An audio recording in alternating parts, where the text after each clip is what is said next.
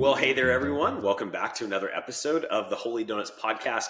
My name is Matt Lombardi, and I'm your host today, joined by Sam Wheatley. Sam, how you doing today? I'm great.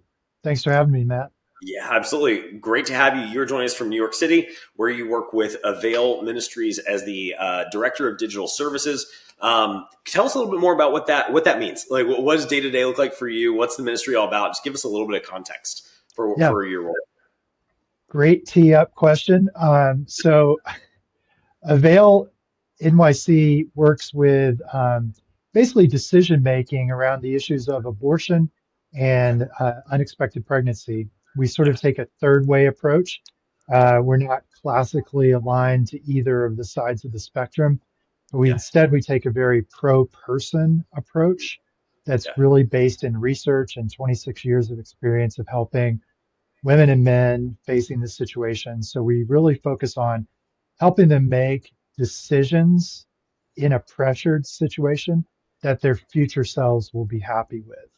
And so when we find out that we help people, provide them the tools, give them the listening ear, lead with empathy, people are able to slow down and make more confident decisions. And so we've been doing that in a traditional brick and mortar type situation for 26 years. But 2 years ago, I came on to help project manage the build of our online platform called Better Clarity. And Better Clarity was designed specifically for Gen Zs who are online all the time, who are comfortable with talking about their most intimate issues with, in spaces that older generations are not. And we were also creating a self-guided platform that had no sort of counselor on the back end. So it's all geared towards the audience and them being able to sort and go through the material at their own pace to reach better decisions. So that's what I've been doing the last 2 years with Avail. And so started out project managing the site and then came on a year and a half ago as the Director of Digital Services, so covering marketing, content, tech support for all of our digital platforms. That's awesome. Well, I want to put a pin in the Better Clarity conversation because I think there's definitely something to come back to when it comes to a topic that we're seeing a lot with clients and just with people that we talk to in the space, which is how do we take our traditional brick and mortar service programs offerings and now update those in kind of a digital transformation way to make those platforms available, those programs available, asynchronous kind of as you go for the people we're trying to serve. So I want to come back to that. But first, I want to dive into a little bit of your background. How did you start working with nonprofits? How did you get into the digital space specifically? Give us a little bit of the Sam Wheatley background. Yeah, so I grew up in the Southeast, graduated college, came on staff with the Christian ministry, moved to New York City in 1989, and was working in an inner city neighborhood called Washington Heights here in Upper Manhattan. We were sort of working with existing parachurch ministries, house churches, Spanish-speaking neighborhood. And so we created a community development ministry from that, where we were working mostly with younger teens, basketball, after-school tutoring, ESL, the whole sort of kit and caboodle. Started feeling a call to ministry as a pastor, went to seminary in the mid-90s, graduated, and really from about 1998 until 2016, I was in pastoral ministry at a church in Atlanta, then 16 years in Salt Lake City as a planter slash replanter of a congregation there.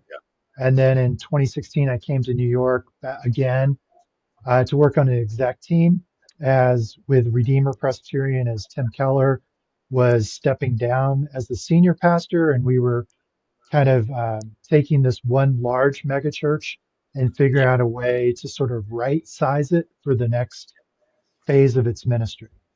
That's amazing. So cool. Well, we have a lot of similarities there between pastoral ministry going to nonprofit, even Tim Keller connection there that I'm sure we could explore more. But I'm going to keep us moving for the sake of the audience and time. We can have an offline about that stuff. So, okay. So you worked with Avail. digital transformation. I said let's put a pin in that, come back to it. One of the questions I like to ask guests is, hey, what's a strategy that has been really impactful for your ministry that you think would be helpful for others? Is that something where we can kind of camp out on the way that you all kind of took what Avail's done for 20 plus years, brick and Yeah. mortar, and kind of come online digital? What's that process been like for you all? And how's that actually started to serve your constituents? Yeah, that's a great question, Matt. I think so. Back it up. So Avail had been doing this for 26 years, Right. began to see changes in the marketplace, began to see clients more amenable to online services just in Yeah. their normal operation. Then COVID hit and began to see, oh, it's not just possible, but this is actually preferable Mm. for many of our clients to interact around complex issues Yeah. with a little bit of remove from being face to face. So actually, during COVID, we went online immediately without a hitch. And even today, when we're still back up and running in person, 90% of our clientele see Wow. have one-on-one appointments digitally. So that's Wow. sort of stage Yeah. one is just Yeah. doing what you're doing sort of online. Yeah. But we Yeah. wanted to take it a step further. And right before COVID, we had commissioned some research. And I think this is one of the key principles is basing change in actual research. Mm. And so I we see. hired a third party, um, top of the line market research company to help us to understand the people we weren't seeing. We knew our own clients, but we Yeah. didn't know what it was that kept people from coming in our doors. We didn't understand the user journey Yeah. of those clients around the space of unexpected pregnancy and abortion loss. And so this company did an incredible job of a deep dive into understanding that experience Yeah. and then mapping it out for us in a very detailed journey map that That's helped amazing. us to understand sort of the start to finish, what happens, where are the Yeah. key benchmarks, what are the pain points, where are there opportunities for intervention, and where is there sort of a closed door. It's basing it on research that the key thing is making sure that your research drives your change. And so without that research study that we had done, we would have made a lot of missteps. But because we had the research, that really grounded our understanding that there was a reason we weren't seeing certain people in person. And Yeah. so it shifted us to not just being digital because digital's cool, but being digital because that was actually the place where our audience was.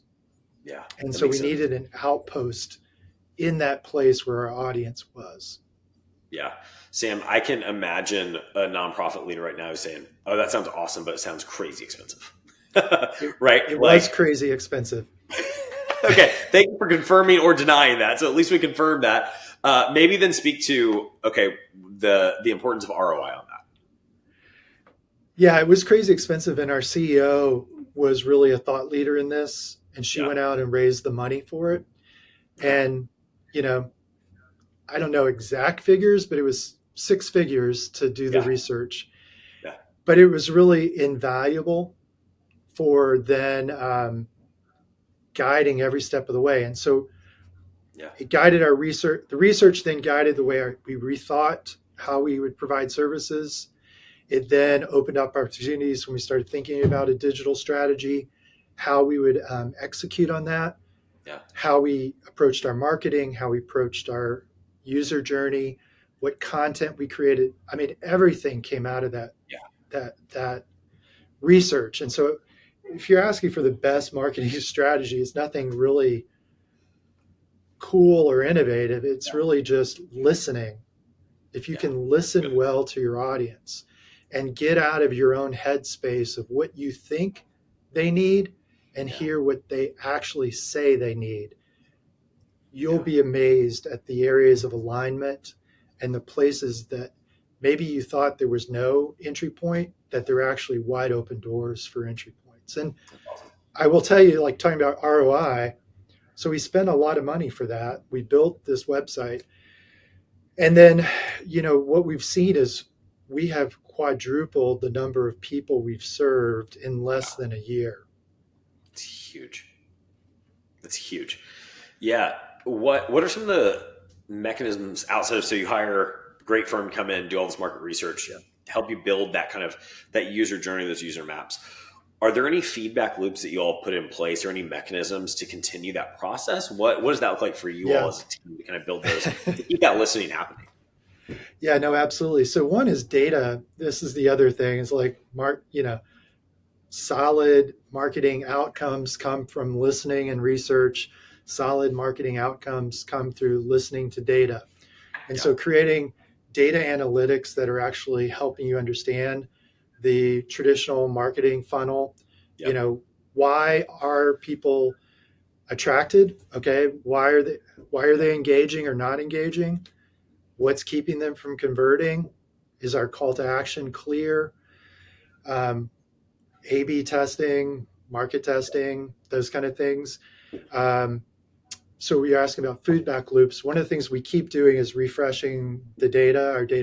Our research is now 4 years old. Wow. So we're talking to the same research company about, well, okay, that research was primarily around a New York City based audience. Yeah. Now we're national.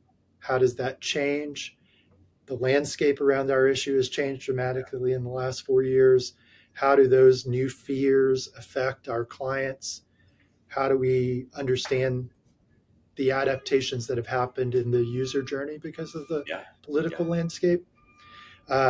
And then also international. We have a huge international growth, even though we're not marketing internationally. Yeah. We see a huge potential internationally for these issues.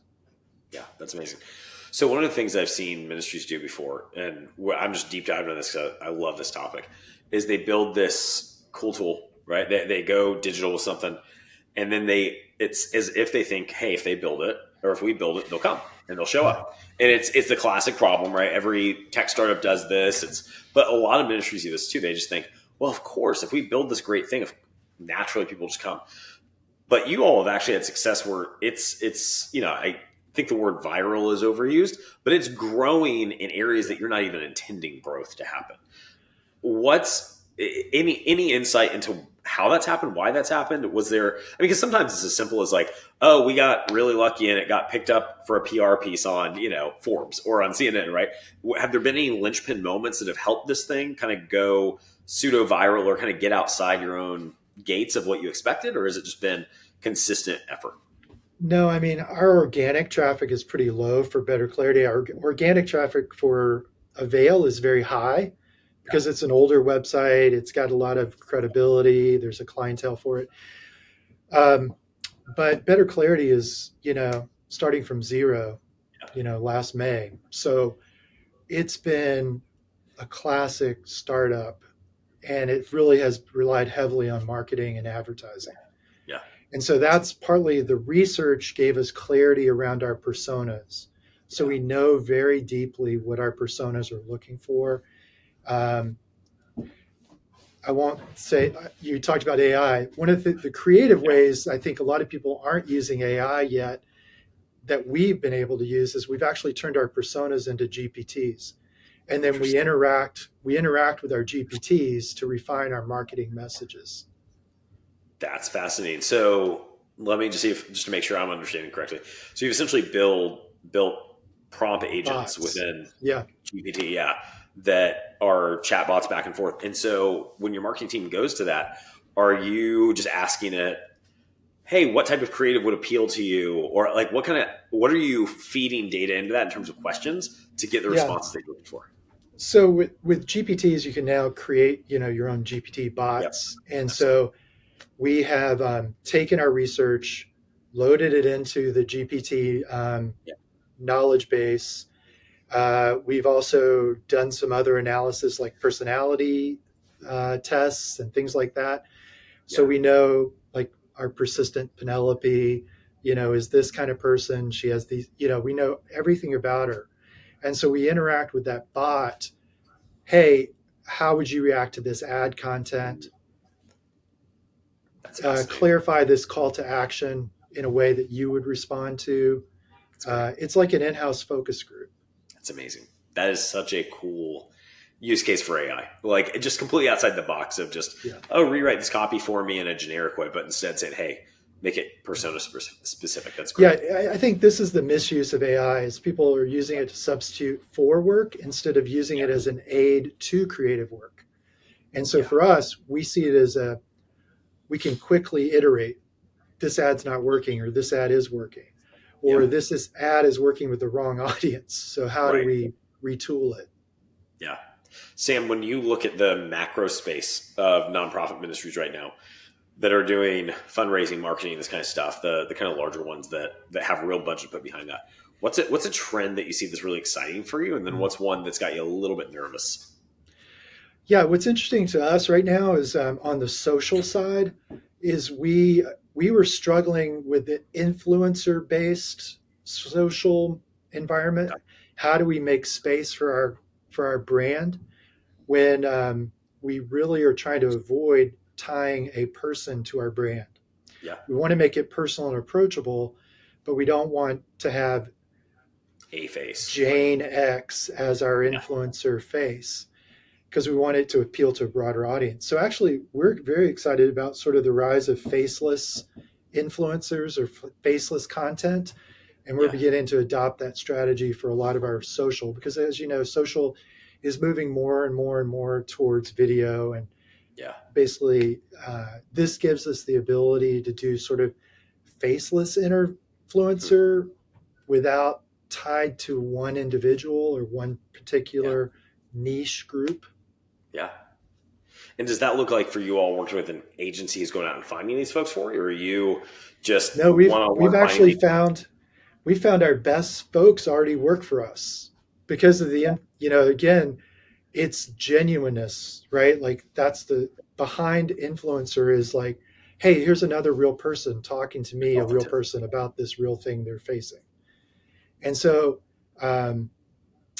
we have found folks who are already working for us that are in that age demographic that have sort of our philosophy of approach to the issues, being able just to talk as they would talk to their friends is the most powerful thing we have. And then being able to, one of our concerns was their privacy and not, putting their images out there. So sort of the faceless marketing or the faceless influencer gives us the ability to sort of give their vibe without necessarily disclosing their identity. That's so cool. That's really, really great use case. Are you all, I'm guessing because we're talking Gen Z here, is this a lot of TikTok? Yeah, we use every platform. I mean, Instagram is still big for us. Our Google ad campaigns are very strong. I think also here's one of the shifts we saw again with AI that's happening is you're moving from keyword search to AI empowered search, which is going to be AI gives you an answer. It doesn't give you a list of pages. And so this is one of those other things that, you're asking about trends. I think one of the trends that's going to be very important is credentialed sourcing, so that your marketing isn't just, I'm cool, I'm hip, I've said, I'm just saying these things, but your content is actually deeply rooted into spaces, credentialing agencies, creators that are considered highly credentialed by AI. And so that means affiliating more with credentialed sources like universities, research centers, making sure any information you're putting out there is really rooted in science and credible sources. That's so helpful, Sam. On the other side, any trends in the space right now that are concerning for you?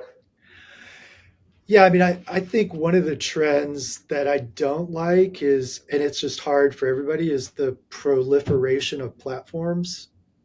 Is that, I mean, and oftentimes based on spurious concerns, like TikTok. Is TikTok going to get banned in the US? What does that mean?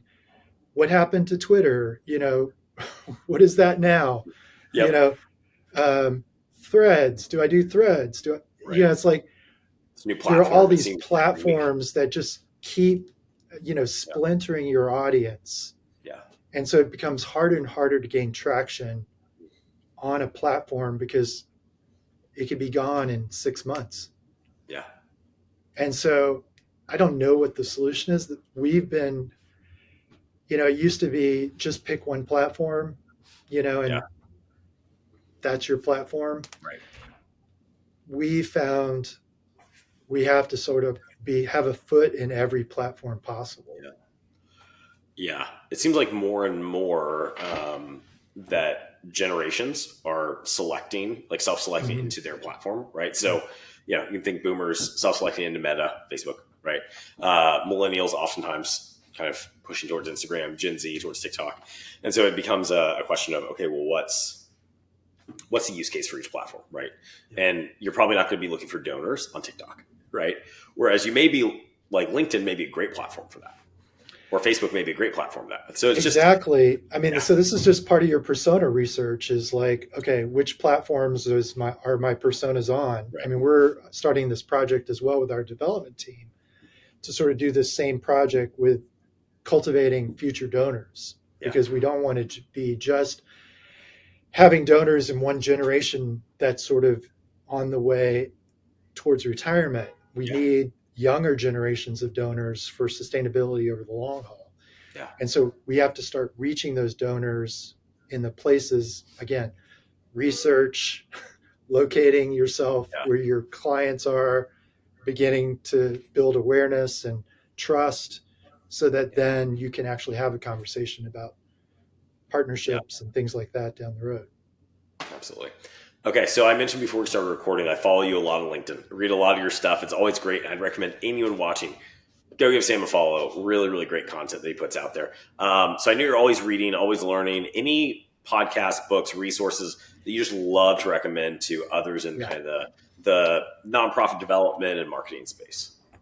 Yeah, there's, again, we began our conversation offline about sort of how I'm using AI a lot, but it's really not about AI. It's really about these more fundamental issues. And so the things I would recommend really center around communication. The better of a communicator you are, the better you're going to be able to market, the better you're going to be able to understand your client base. And so one of the places I would recommend is there's a communication writer named Nancy Duarte.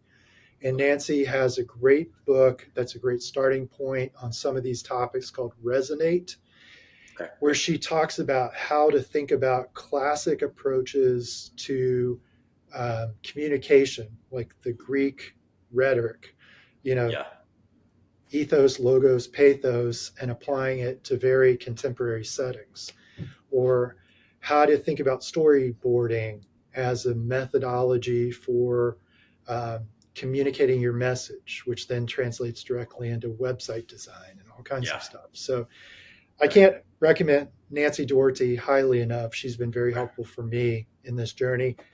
The other more approachable, probably that maybe a lot of your audience has heard of, is Donald Miller's Story Brand project. Yeah.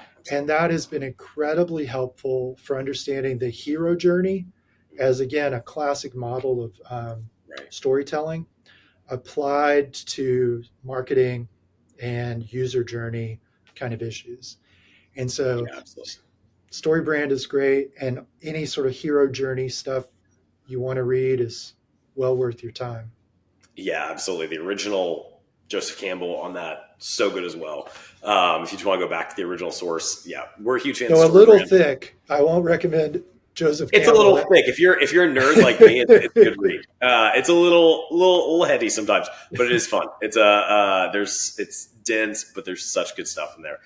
Sam, if folks want to connect with you, if they want to, if questions about what you guys are doing at Avail, questions about, okay, we're working through this, we might want to talk with you about, hey, could you give us some advice on this? What's the best way to reach out and contact you?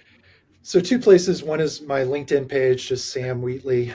And then also I write on Substack under the nonprofit leader, leader on Substack. Okay, great. We'll absolutely direct people there in the show notes. Sam, it's been so much fun, man. Really enjoyed it, and would love to have you on again soon. Yeah, look forward to it. Appreciate it.